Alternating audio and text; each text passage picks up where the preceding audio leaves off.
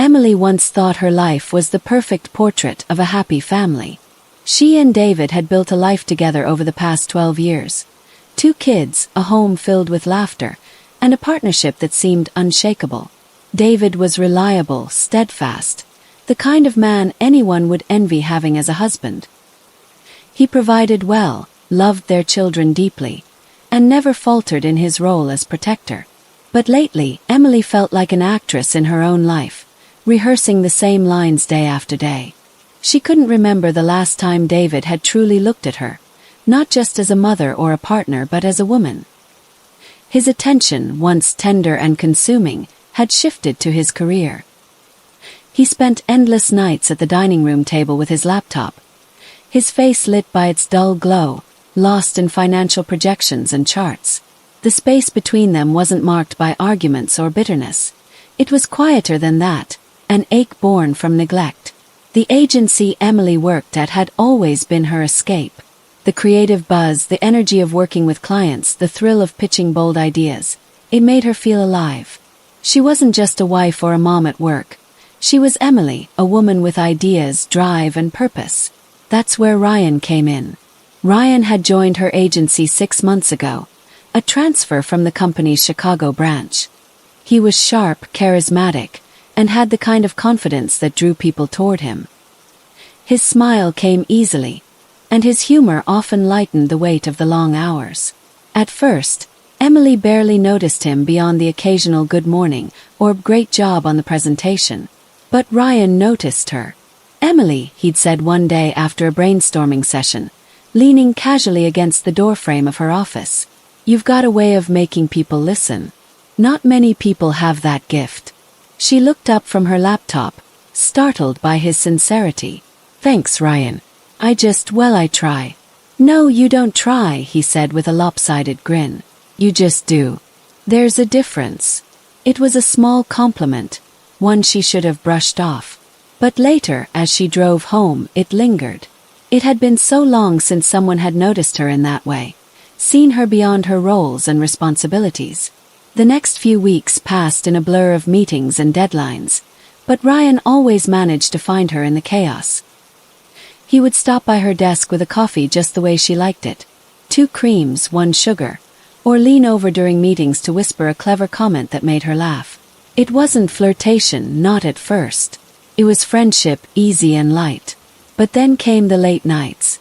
Their team was working on a major campaign for a high-profile client, and the hours stretched long into the evening.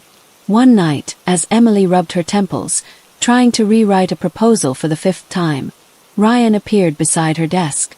"You need a break," he said, holding out a bottle of sparkling water. Emily sighed, taking it gratefully. "If I take a break, I might not stop."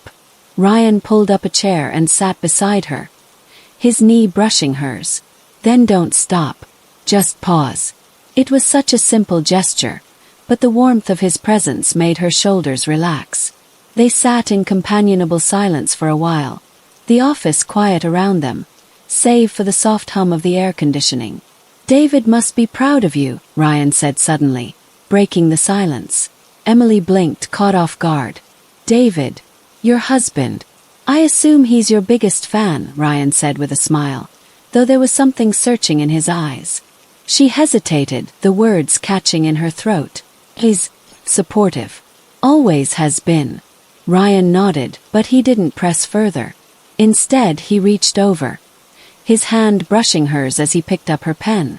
"You've got this, Emily," he said softly. "Just don't forget you're more than what you do."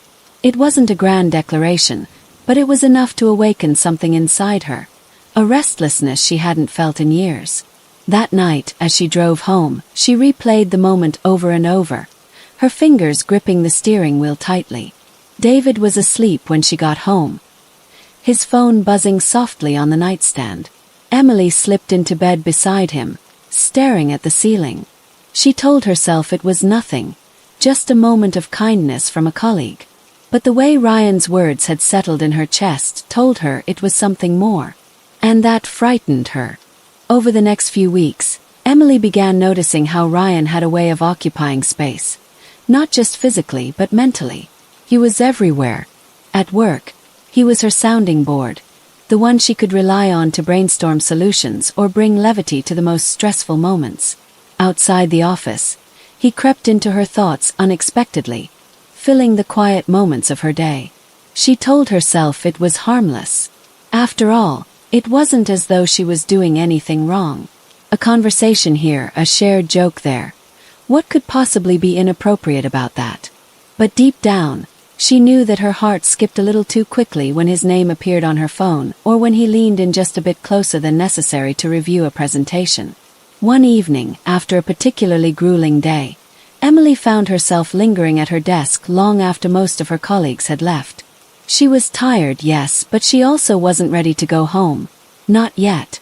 The idea of walking into the house, where David would be hunched over his laptop and the kids would already be asleep, felt heavy. As she stared blankly at her screen, Ryan appeared in the doorway of her office. "Burning the midnight oil again," he said, holding up 2 takeout containers. Emily smiled, her exhaustion melting slightly. "Looks like I'm not the only one." Ryan shrugged and stepped inside, placing one of the containers on her desk. "iFood. Thought you could use some fuel." The smell of basil and spices wafted up, and Emily's stomach growled in response. "You didn't have to do that." "I know," he said simply, taking a seat across from her. They ate in companionable silence at first, the clinking of chopsticks the only sound in the room. But as the minutes stretched on, Ryan set his container down and studied her. "You seem distracted lately," he said, his voice gentle. Emily hesitated, her chopsticks hovering over her food. "Just a lot on my plate, I guess. Work, family. The usual." Ryan tilted his head, his eyes searching hers. "You're too hard on yourself, you know that?" She laughed softly, shaking her head. "You don't know the half of it." "Maybe not," he said, leaning forward, his elbows resting on the desk. "But I see you, Emily. You're doing everything for everyone else.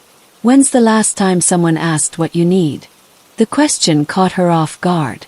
It wasn't the kind of thing anyone asked her. Not David, not her friends, not even herself. She looked down at her food, suddenly feeling exposed. "I don't know," she admitted quietly. Ryan didn't press her further. Instead, he reached out and placed his hand over hers.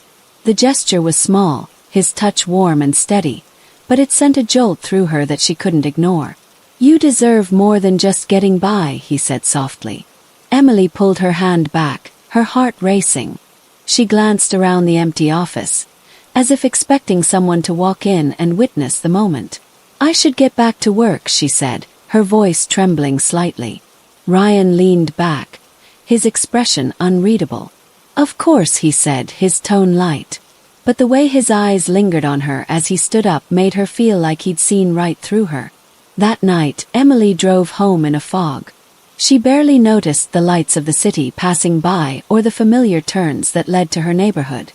Her mind was replaying the moment in her office, the warmth of Ryan's hand on hers, the sincerity in his words. When she walked through the door, David was exactly where she'd expected him to be, sitting at the dining table, his laptop open and his face bathed in the glow of the screen. "Hey," he said absently, glancing up for a moment before returning to his work. "Hey," she replied, her voice quiet. She kissed the top of his head as she passed, but the gesture felt hollow. In the kitchen, she poured herself a glass of wine, leaning against the counter as the silence of the house settled around her. Her phone buzzed, and she glanced at the screen. It was a text from Ryan. "Hope you made it home okay. Don't forget, take care of you." Emily stared at the message, her thumb hovering over the keyboard. She shouldn't respond, she knew that. But the ache in her chest was too much to bear. She typed out a quick reply. "Thank you. You too." The words felt innocuous enough, but the act of sending them sent a thrill through her that she couldn't explain. As she set her phone down, Emily caught her reflection in the dark window above the sink. She barely recognized the woman staring back at her. What was she doing? For a moment, she considered deleting the message, erasing the thread entirely. But instead, she left the phone on the counter and walked upstairs, her heart heavy with a mix of guilt and longing. Days that followed blurred into a series of stolen moments and unspoken words. Emily found herself walking a line she couldn't define, caught between the familiarity of her life with David and the unfamiliar pull she felt toward Ryan. At work, their interactions became a delicate dance. A glance held a second too long. A brush of hands as they exchanged documents. A shared laugh that lingered in the air, warm and private. Emily knew she should pull back, set boundaries, but something inside her resisted. One afternoon, Ryan caught her in the hallway just as she was heading to a meeting. "Lunch today?" he asked, his voice casual but his eyes serious. Emily hesitated, clutching her notebook a little tighter. "I don't know if I can. I've got 15 minutes. That's all I'm asking," he said, cutting her off gently. There was a softness in his expression, a quiet persistence that made her relent. "Okay," she said finally. They ended up at a small cafe a few blocks from the office, tucked away in a corner booth where the hum of the city felt far away. Ryan ordered for both of them without asking. Her usual salad and iced tea, which he somehow remembered from a conversation weeks ago. As they ate, their conversation drifted from work to personal topics. Ryan told her about his life in Chicago, the career risks he'd taken, the relationships that hadn't worked out. Emily listened intently, fascinated by the layers of him that she'd never noticed before. "And you?" he asked, leaning forward slightly. "What's your story, Emily?" She laughed nervously, stirring her iced tea. "My story? It's not that interesting. Try me."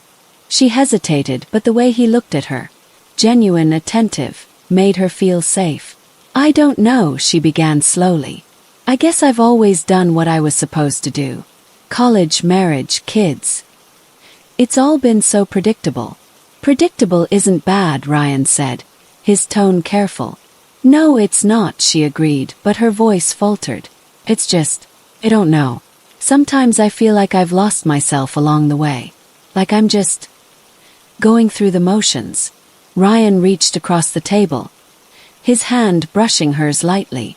"You're more than that, Emily. I see it every day. You've got this fire in you, even if you don't realize it." Her breath caught, and for a moment the world around them seemed to fade. She knew she should pull her hand away, laugh it off, change the subject. But she didn't.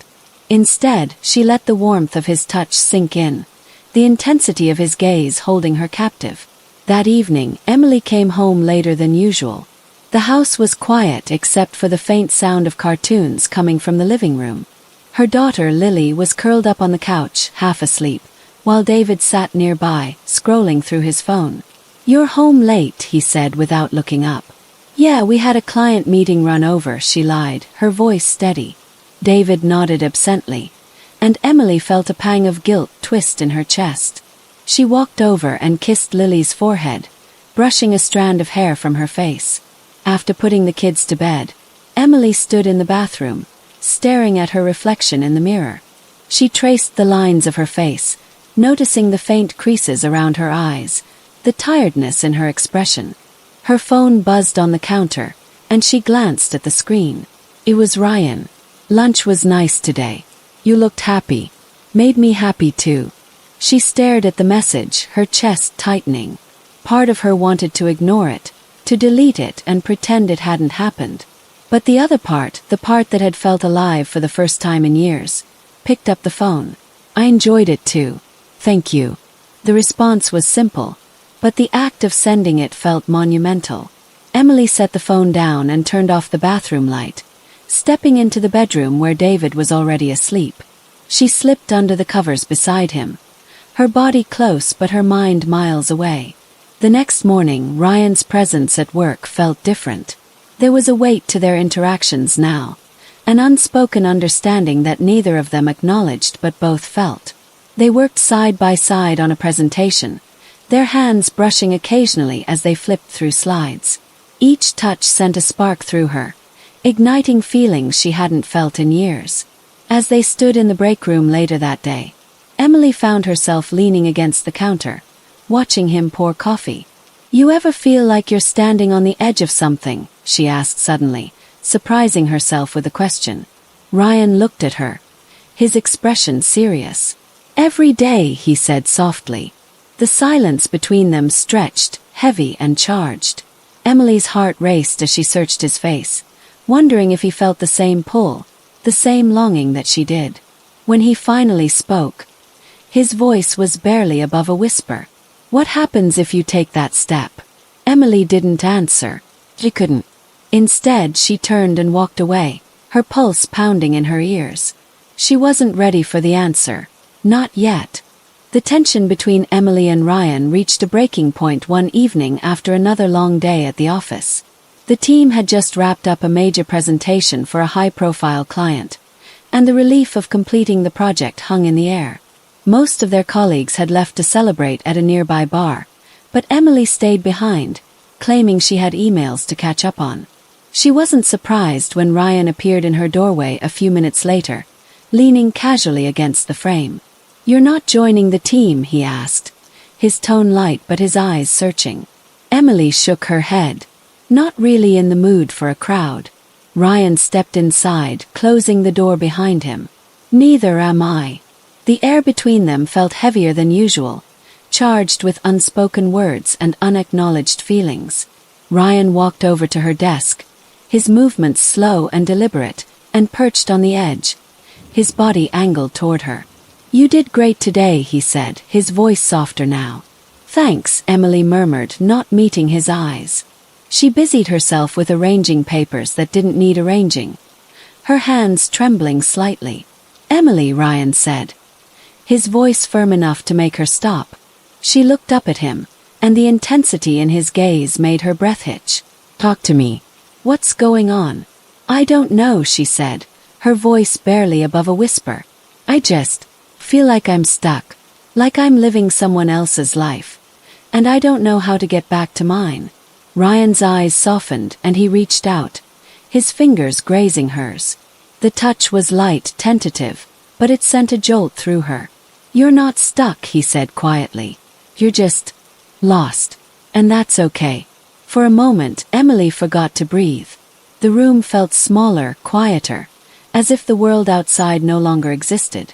She knew she should step back, put space between them, but instead she stayed rooted in place, her eyes locked on his.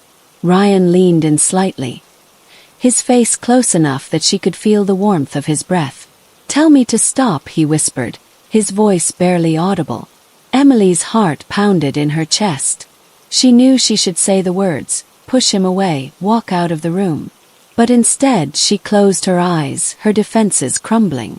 When his lips met hers, it was as though a dam had burst. The kiss was slow at first, tentative and searching, but it quickly deepened, their shared restraint slipping away. His hands moved to her face, cradling it gently, while hers found their way to his shoulders, gripping him as if she might fall apart without his support. The world outside her office seemed to dissolve, leaving only the two of them in the stillness of the moment. Every touch, every whisper felt like a rediscovery of something she hadn't known she'd been missing. But as quickly as it began, the weight of what she was doing crashed down on her. Emily pulled back abruptly, her breathing ragged as she stared at Ryan, her heart hammering in her chest. I can't," she said, shaking her head. Ryan didn't try to stop her. Instead, he stepped back, giving her the space she so desperately needed. "Emily," he said softly, his voice tinged with regret. "I'm sorry." She didn't respond. Instead, she grabbed her bag and rushed out of the office, her mind racing as she navigated the darkened streets. By the time she reached her car, tears blurred her vision. That night, Emily sat in her kitchen, a glass of wine untouched on the counter beside her. The house was silent. David and the kids were already asleep. Her phone buzzed with a message from Ryan. "I'm sorry if I made things harder for you. Just know I'm here if you need to talk." She stared at the message for a long time before setting the phone down, unable to muster the courage to reply. When she finally crawled into bed beside David, he stirred briefly, mumbling something incoherent before settling back into his sleep. Emily lay awake, staring at the ceiling, her mind a whirlwind of guilt, desire, and confusion. How had she let herself get to this point? And what was she supposed to do now? She didn't know if she could tell David. Not because she wanted to protect herself, but because she didn't want to shatter the life they had built. But the secret felt too heavy to carry alone, its weight pressing down on her chest. As she lay there in the darkness, Emily felt the first stirrings of regret mix with the faint, lingering thrill of something forbidden. And she had no idea which feeling would win.